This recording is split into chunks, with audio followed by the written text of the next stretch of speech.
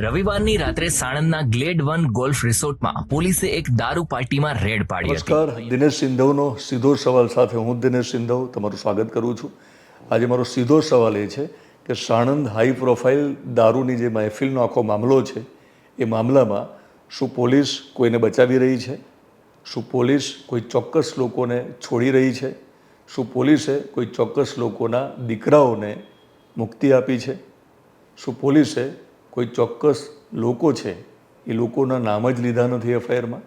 અમદાવાદ જિલ્લાના સાણંદમાં આવેલા પ્રખ્યાત ગ્લેડ 1 ગોલ્ફ રિસોર્ટમાં 20 જુલાઈની મોડી રાત્રે ચાલી રહેલી એક હાઈ પ્રોફાઇલ દારૂની મહેફિલનો પોલીસે પર્દાફાશ કર્યો. શહેરના જાણીતા બિલ્ડર પ્રતિક સાંઘીની બર્થડે પાર્ટીમાં દારૂના નશામાં ધૂત 13 યુવકો અને 26 યુવતીઓ સહિત કુલ 39 લોકોને પોલીસે રંગે હાથે ઝડપી પાડ્યા હતા.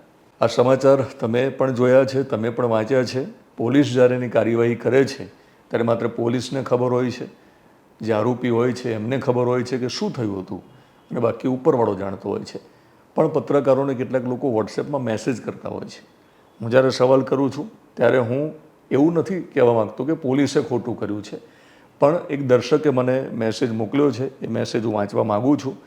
આ મેસેજ સાચો કે ખોટો એ હવે પોલીસે નક્કી કરવાનું છે, પોલીસે સ્પષ્ટતા કરવાની છે, અને શક્ય હોય તો પોલીસે મને જવાબ આપવાનો છે.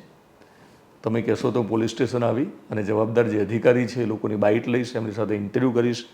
પણ ગંભીર આક્ષેપો તમારી સામે થઈ રહ્યા છે.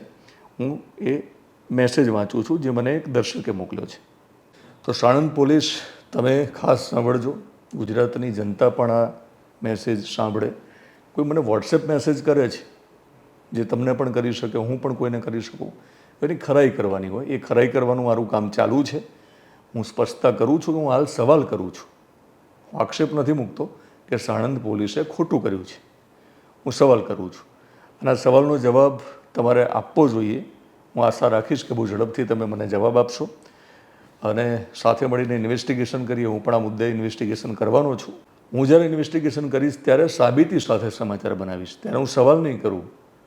હું સીધી વાત કરીશ અને સીધી વાતમાં તમને જે તથ્યો છે, જે હકીકત છે, તમને દર્શાવીશ. હાલ સવાલ જે કર્યો છે એટલા માટે કે મને એક દર્શકે મેસેજ કર્યો છે, જે મેસેજ હું વાંચું છું. ગોપનીયતાના ભાગરૂપે એમનું નામ અને મેસેજ હું તમને નહીં દેખાડું. મેસેજમાં એમણે મને કહ્યું છે કે બધા મોટા માથાના છોકરા હતા, બધા મોટા માથાના છોકરા હતા. 75% લોકોને પ્રેશરમાં જવા દેવા પડ્યા છે. 75% લોકોને છોડી દીધા છે. આ 75% લોકો કોણ છે? જે મોટા માથાના છોકરાઓ છે, નબીરાઓ છે. તમે વિચારો કે જે પોલીસે કાર્યવાહી કરી છે એની સામે આ મેસેજમાં કરેલા આક્ષેપો સાચા હોય તો 75% લોકોને જવા દીધા એટલે એ સંખ્યા કેટલી હશે? એ સંખ્યા ખૂબ મોટી હતી. અને આનાથી સાબિત થાય છે કે જેટલા મોટા લોકો છે, જેટલા પૈસાની દ્રષ્ટિએ લોકો મોટા છે અમદાવાદના, એ લોકોના દીકરાઓ દારૂડિયાઓ છે, એ લોકોના દીકરાઓ નબીરાઓ છે. એટલે મને લાગે છે કે આપણા આદર્શ આવા ના હોઈ શકે અને આવા મોટા લોકો કોઈ કામના નથી. ગુજરાતને પણ કામ ના આવે અને કદાચ એ અમદાવાદને પણ કામ નહીં આવે. 200માંથી 50ને જ રાખ્યા છે. બીજો આક્ષેપ છે પોલીસ સામે કે જે 200 લોકો હતા, 75%ની વાત કરીને એક ફિગર પણ આપી છે કે 200 લોકો ત્યાં હતા જ્યારે રેડ પડી ત્યારે, પણ એમાં 50ને રાખ્યા છે. એ 50 એવા હશે કે આમ તો પૈસાદાર હશે, આપણા બધા કરતાં એ સુખી હશે, પણ બહુ ધનાઢ્ય નહીં હોય એમની દ્રષ્ટિએ. એમનામાં પણ બીપીએલ આવતું હશે. પૈસાદારમાં પણ એક એવું પેલી રેખા હશે કે જે તમે બીપીએલ કહી શકો, તમે ગરીબી રેખા હેઠળના. એટલે અમીરોની પણ એક ગરીબી રેખા હશે. તો 50 એવા હશે કે જે બહુ પૈસાદાર નહીં હોય, એમના બાપાઓ જે છે એ બહુ ધનાઢ્ય નહીં હોય, એટલે એમને રાખ્યા. એમની સામે કાર્યવાહી પોલીસે કરી અને કાર્યવાહી કરીને પછી છોડતી વખતે બીજું કંઈ કર્યું હશે તો આપણને ખબર નથી, બંધ બારણે. તો 200 લોકોને છોડ્યા છે. સોરી, 200માંથી 50ને રાખ્યા છે એટલે બાકીને છોડ્યા છે. હવે એમને એવું કહ્યું છે કે 3-4 તો બહુ મોટા માથાઓ છે, ચાર બહુ મોટા માથા છે અમદાવાદના, જેમના દીકરાઓને છોડી દીધા છે. 4 અમદાવાદના મોટા માથાઓ, બધા જ મોટા માથા છે, એમાં 4 પાછા ટોપ પર છે. આ નબીરાઓની આપણને બહુ ખબર નથી. આપણી દુનિયા બહુ સામાન્ય લોકો વચ્ચે છે, એટલે અમીરોમાં પણ એક પ્રકારની કેટેગરી હોય છે અમદાવાદના.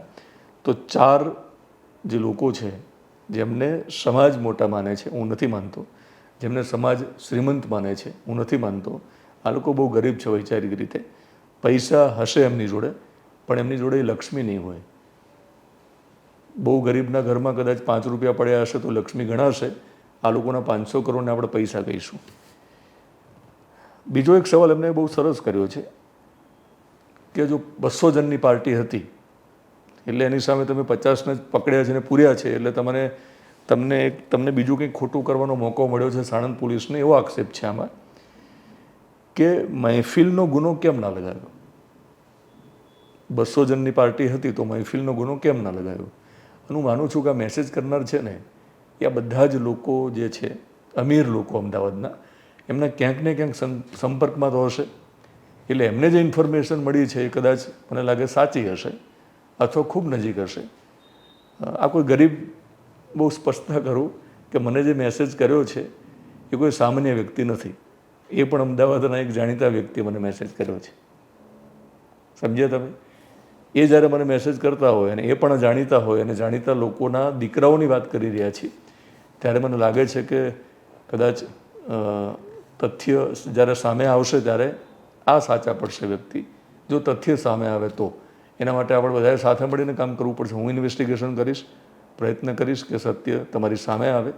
પોલીસ ખુલાસો કરે એવી મારી અપેક્ષા છે જ્યારે એની સામે આક્ષેપ લાગ્યા છે. તો દિનેશ સિંધવનો સીધો સવાલ સાણંદ પોલીસને હતો. હું સવાલ કરું છું ત્યારે હું તમને પાંજરે નથી પૂરતો.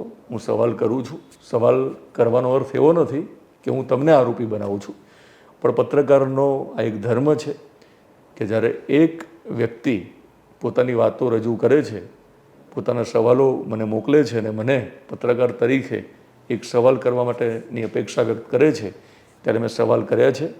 હું તમારા જવાબની રાહ જોઈશ. તમારો જવાબ કંઈ પણ હોઈ શકે.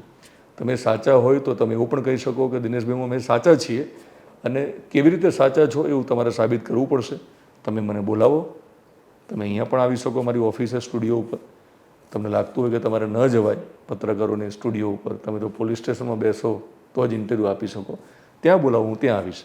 પ્રજા માટે મને ગમે ત્યાં જવાની છૂટ છે અને મને વાંધો નથી. ખૂબ ઝડપથી આવીશ. અપેક્ષા રાખું કે મને તમે બોલાવશો. મને ન બોલાવો તો એક નાનો એવો વિડીયો પણ બનાવો જે સોશિયલ મીડિયામાં પોસ્ટ કરો. અમે બધા લઈ લઈશું એને. દિનેશ સિંધવનો સીધો સવાલ તમને કેવો લાગ્યો તે તમે કોમેન્ટ બોક્સમાં લખશો. તમારા કોઈ સવાલ હોય તો કોમેન્ટ બોક્સમાં લખો, હું તમારા વતી સવાલ કરીશ. યુટ્યુબમાં જોતા હોય તો આપણી ચેનલને સબસ્ક્રાઈબ કરશો. ફેસબુક પેજ અને ઇન્સ્ટાગ્રામમાં જોતા હોય તો ફોલો કરશો.